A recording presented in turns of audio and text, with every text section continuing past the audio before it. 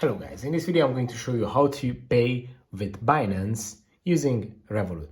So basically it's pretty easy. I'm going to show you exactly how to do it step by step.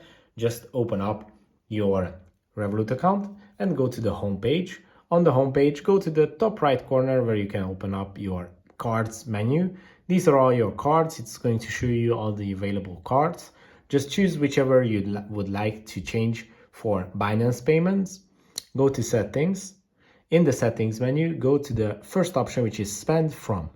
And with this option, you can select any of the wallets available on your Revolut, and you can just select the Binance option, and it is going to allow you to use your debit card and pay Binance. So basically it's going to charge you in Binance and pay the seller in whichever currency they use with their bank account.